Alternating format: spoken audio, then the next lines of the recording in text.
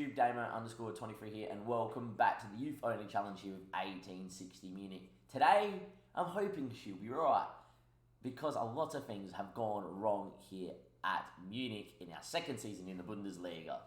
At one stage, the board was getting upset. It looked like they're going to give us a points tally to keep our job.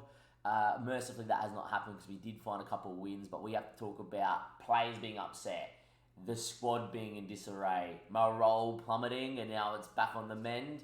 And we have to talk about poor results, FMings, and a change of tactic that hopefully has gone out there and done us a job and will get us obviously to stay, not just up, but maybe get back towards the top half of the table. I feel like top half may be a bit of a stretch this season, but if we just stay up, I don't care. We also have to talk about our club captain Morales and a big old bid from Bayern Munich as well. If you are enjoying all the content that's come over at the festive season, go give it a like, subscribe to the YouTube channel. I expect uploads to go back to more normal rates once everyone's back at work. And of course, though, ladies and gentlemen, stay up to date over the festive season and over everything else. Links down below to come follow me live on Twitch. We stream all this madness live. Alright, YouTube, post-com Damo, and we are going to do this all in one take, as always, and we are going to do this a little bit more in depth than normal because we really did face a crisis point in the save. Now, I am, however, going to start with this bid for Morales because this came whilst we were off-stream last night, so I got off-stream in a very ragey stream. If you're going to want to watch me rage, 30th of the 12th, we rage. We don't win a game for 3 hours and 40 minutes of Football Manager. Just to set the scene there, 40-degree day yesterday, day before New Year's, and I got a call from my work to come into work because it was an emergency job. I had to cut out eight rooms of carpet because it was all flooded because of a burst water pipe, which is covered by insurance, you name it, whatever, right? Anyhow, I've come in Football Manager. I've had a really good year last year, built really well, squad looks good, and I'm thinking, yep, you beauty, we're going to have a very, very, very good stream. 3 hours and 40 minutes of just pure torture. Mainly caused by William Morales. Now, William Morales does not want to stay with me. William Morales wants to move to a bigger club. William Morales is my captain, and he's not my best player anymore. He was my best player, but Ralph has just started to just do that. He's now just unbelievably good. So do expect Ralph, who's now played 4 times for Germany and scored 4 goals, to get a new contract very quickly, and we will try and keep him here for the foreseeable future because apparently he's my best player by a mile. But yeah, William Morales was my best player. He's my club captain and is not highly influential. During this whole period up until this week, I've had Morales, Anderson, Engel, and Burden all sit highly influential, with Yeppy being team leader. And what was happening was Morales was complaining to his teammates that he wants to leave to go to a bigger club. And I've said, hang on, mate, you're my club captain. No, you will not go. You have got 2 years left on your deal. You've got a year left until you are homegrown. You ain't going nowhere, buddy. You need to just get over it, and hoping he would just turn around and go, okay, no, your club's interested in me. Not a problem. Because the only interest he had was Hertha Berlin, and we rejected a bid from them for a loan, and then nothing else happened. Then we had Burden, Graham O'Shea out of nowhere just jump into the team leader role of Yeppy, which is great. But the most important thing with William Morales is he's complaining to teammates, and Yeppy Hansen agrees that he should leave, along with basically every other centre-back, including Burden. And that caused mutiny. Burden's actually now since dropped it and now become a team leader, which has really helped the dynamics and the cohesion. But there was a point last night's stream where club atmosphere was this low to here where my mouse is, and cohesion was back to down here. Now, because everything seems to be a little bit better, there we are. As you can see, no more people now agree with William Morales. However, he is still complaining, does not want to talk about a new deal. He has got a year and a half left on his deal, and little old Bayern Munich, who have now already pinched Yeppy off me, have come in with this bid. Now, I was off stream when this happened, raged, got off, played COD, came back on Football Manager last night with a cup of tea to just try and relax and get over the fact that I haven't won a game. I did win a game, obviously, after that, which was great. But William Morales got this bid from Bayern. We didn't get this bid from Bayern. The story is that he's worth 45 to 55 million. I offered him out for 45 million because Bayern all of a sudden became interested. Bayern turned around and said, well, we'll give you 6. And I said, well, 6 is a bit low. And in the end, I've got a bid which I think is low in value, but is too good to not take. And the reason why is it's 11 million up front, which is still very good money. It's 5 million guaranteed. It's 5 million after he plays 5 games for Uruguay, and I'm telling you that's happening. So we're going to get a guaranteed 21 million. What's important for me, though, is they will loan him back on 0% fee for the rest of the season, which is huge, which means he does become homegrown before he jets off to Bayern and probably starts a Bayern. But we also get 40% whatever he sells on for. So like Baden, who's worth 100 million at Liverpool, is now actually on loan at Sheffield United in the Championship, Baden, so probably I should have loaned him back, right? And, Jeppe Hansen, both those guys are worth about 90 million in transfer value. I get 40% of Jeppe and I get 50% of Baden. Morales, I'll get 40% of, and I could venture a guess that this guy will be worth about 60, 70, 80 million, and we will get a fair chunk of that. So because of that, because he's upset, and to be quite honest with the results that I'm about to show you, everyone in the Discord, AJ, the lads, they all think we should take it. So I'm taking that. As much as on the low side, get out my club, you're causing mutiny. Now, here's your run of results. I got on stream last night there. I played all those games there. We did not win a game, and I am going to go more in depth. I then played Heidemann in the Cup, won 4-0 in the change tactic, then beat VFL in a game that, well, really we didn't look like winning. We wanted to win, but didn't win. We then beat Mates, and then, the big problem is keeping clean sheets has not been good. We've only done it on the opening day, and then against Freiburg in our last game just played, as you can see, a lot of yellow cards, but that's because apparently get stuck in helps you defend, but I'm copying a lot of yellows. So let's go into more in depth. We obviously lost to Bayern, everyone knows that. We played Cologne, and this was the start of the downfall, was Cologne. 1-0 up, dominating. They scored 3 goals in the space of 13 minutes of football, and we proceeded to dominate in the 4-3-3 and not score. Not particularly great. James not having a good day. No one having a good day. That's not particularly good. We then played Hertha Berlin, and if you watch the stream back, you'll know exactly what I mean. We had 2 shots won at halftime, so I was like, yeah, that's not great. By the 60th minute, it stayed 2 shots won, and I was like, well, that's not good. So I switched 4-2-4. We're still 1-0 down by this stage, obviously, as well, after they scored, and I decided, that's it, time to go for broke. And in the 4-2-4, we had 4 clear-cut one-on-one chances in this game. And do you think we wanted to score them? No. So we got FM by Cologne, and I think we got FM'd. I said on stream, it'd be very harsh on Hertha Berlin, but I actually think we got FM from not winning this game. 2 of those chances should at least go in. One-on-ones, for whatever reason, just of late, just seem to not want to go in the back of the net. It's really annoying, considering when you dominate a lot of games and you lose, one-on-ones being pain. We then played Leipzig. We tried to play the diamond and maybe give us something because we do fit a diamond, and there was a few boys unfit. That didn't work either. We got absolutely, dismantled. Probably the best word. We got dismantled, dismembered, you name it. The annoying part is their first goal, and I wish the game stats were there.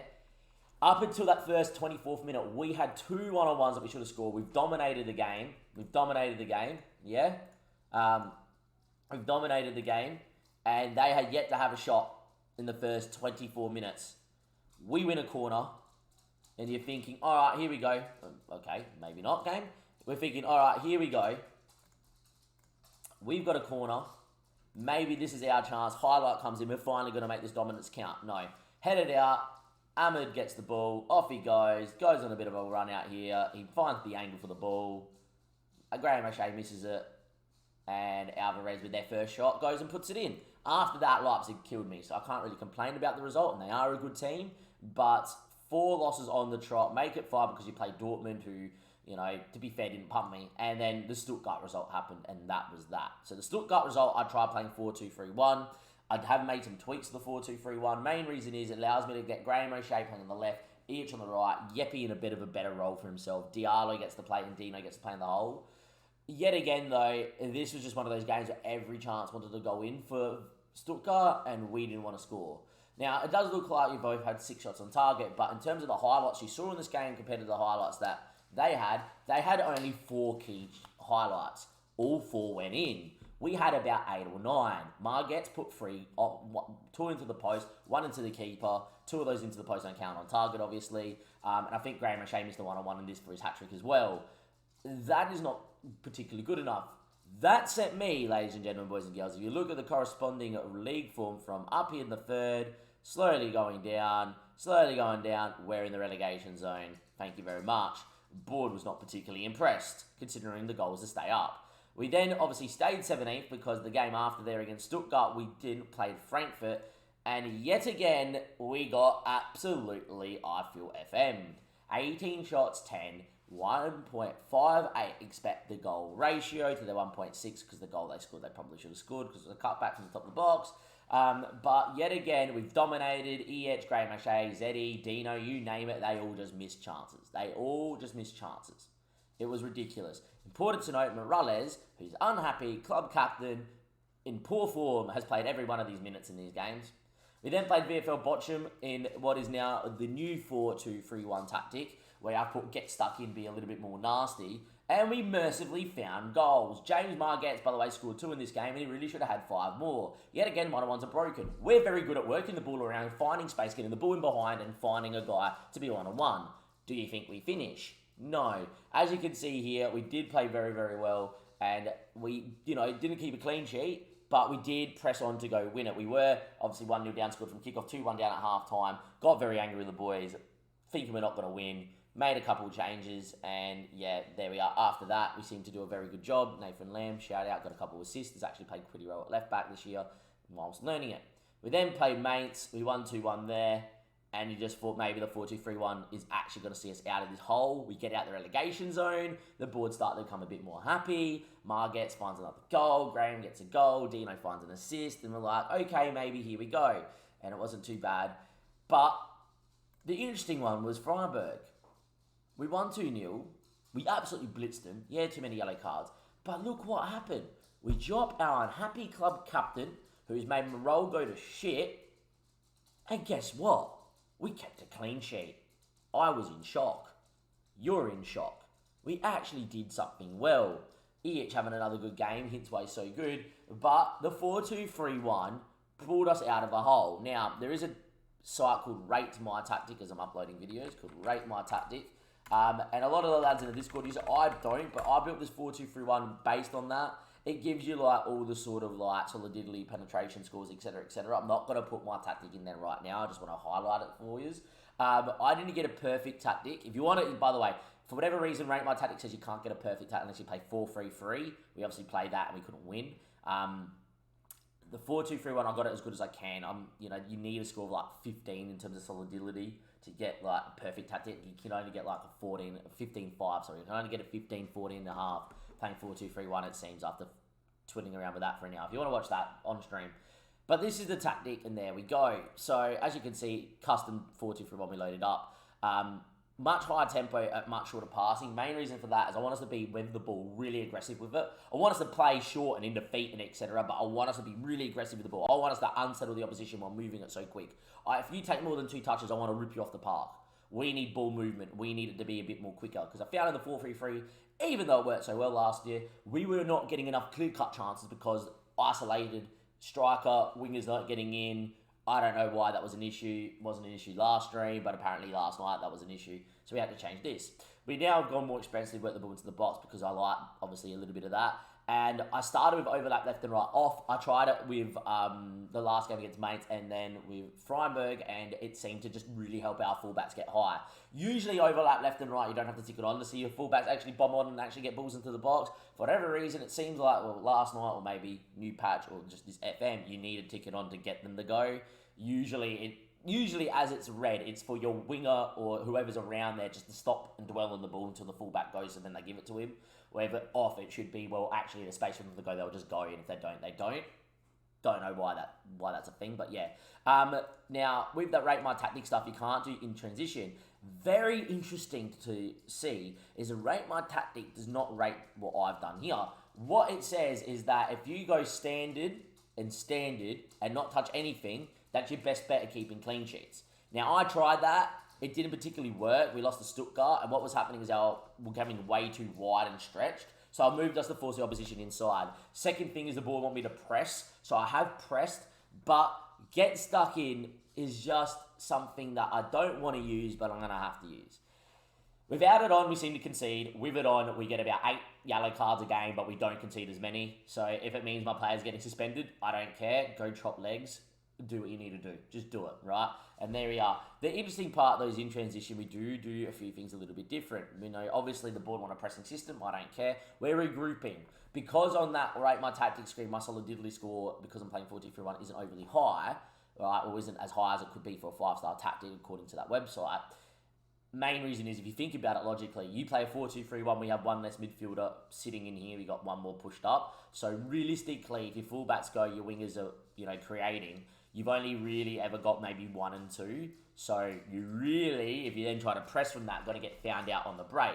So what I've done is regrouped. We lose the ball, right, not a problem. Let them have it, regroup, but we'll go and press urgently once it's in our areas, once we're in shape, to go and counter, which is fine. I haven't told the keeper to do much. Just distribute the centre-backs and the full-backs. I haven't even put on play out of defence. I just want Artis, who's not in particularly great form, just do what you need to do, buddy. Just whatever you think's fit at the time, just do it. Don't overcomplicate it. This tactic seems to do okay. Now, I like this tactic in ways, and I don't like it in others. The ways I don't like it is that I don't think it plays that big, expansive football that I like. Second thing is centre-backs on defend. Rate My Tactic says that if you put 2 ball-playing defenders, you just seem to burn the ball a lot because they'll dribble and, lose it, which was happening, actually. We were playing out in the back, and all of a sudden we couldn't play a pass. But I also think that lacks your expansive ability to play football. But I guess in poor form, you just go with the centre defenders and just do what you need to. I just feel like this tactic doesn't do exactly what I want. You picture a 4-2-3-1, you picture a 4-2-3-1 that wins the ball back instantly, that is very hyper-pressing, that wins the ball, keeps 60-70% possession, and just thumps teams into submission, right? That's generally what I've played on Football Manager in 4-2-3-1. This was a little bit different. This one, we're looking at unsettled teams are playing really quick, really short, but we're not looking to keep the ball. Like, we get the ball, we're playing it short, but I want 1-2 touch, bang, in we go, right? Second thing which I don't like about it is that the playing out ability from the back's not really there, to be quite honest. It's centre-backs on defend, right? Generally put Andrew every time he's playing centre-back on defend, just thumps a ball down the line or up the pitch. It's not the worst thing in the world. Last thing I will say is Diallo, because he naturally gets forward in the centre mid and support, will actually overlap and get into here. Sometimes good in build-up, sometimes we get caught out. We've conceded a couple goals with Diallo's up here, and next minute they've streamed through. Something to look at. But there is positives to this system. Inverted wingers on support seem to create so much more than anything else. They just seem to pick the ball up, get in. They seem to still get into the box, which is unreal. Advanced forward on attack. I've dropped James for this next game because he missed too many one-on-ones for me. He's in goal-scoring form, but the guy should really have 12 goals. Should have 6 more goals than what he has at the minute. And I do think a midfield on attack is probably the way to go for the future. It's a very broken role this year on Football Manager. I will say this, there is definitely the potential in this 4-2-3-1 to probably, when players develop a little bit more, just tweak it a little bit. Maybe the ball-playing defenders do come into it a little bit. Maybe we do get the rolls around. But to get guys on support seem to do a lot more and hold their shape a bit more and be a little bit more flexible than guys on defend and attack and whatever. It seems to just make them a very more rigid side that doesn't really do too much in support, which makes sense because they are support roles. So, in short, we were in the relegation zone. My club captain wanted to leave. He killed my role, forced us. Basically, I'm blaming Morales for the fact that because he was complaining to his teammates, everyone's morale just went, and everyone agreed with him, that our ability to defend went up shit creek. Our foreman that has semi-recovered because we changed tactics with a tactic that I don't think is particularly great, but ratemytactic.com seem to think that it's a pretty good tactic. It's like, if that's not a perfect 5-star tactic, only tells you when it's perfect. Mine's about a 4.5, which I'll take. And because of that, we now have a new set of team leaders. Morales has now got a bid, and I am going to sell our club captain to buy a minute because I just think it's better for us to just cut him off and just focus on us doing well. Now, we are in 12th, 15 points, -6 goal difference. Where do you think I'll finish? I think, personally, the league's close enough we can still finish top half and 7th and great. I personally had in my mind I want to finish 7th, 6th, 5th, 4th sort of area this year. That ain't happening. I think I'll be very happy with 10th. And that's about my guess, but we'll wait and see. In terms of this episode being done and dusted, everybody, it will be, because I just think this is just a long talk about what's going on at the club. Next episode, we're going to recap the December run-in and the transfer window of January. Don't expect too much to happen, but we will have some money to spend, especially when Morales leaving. So there may be a signing or two.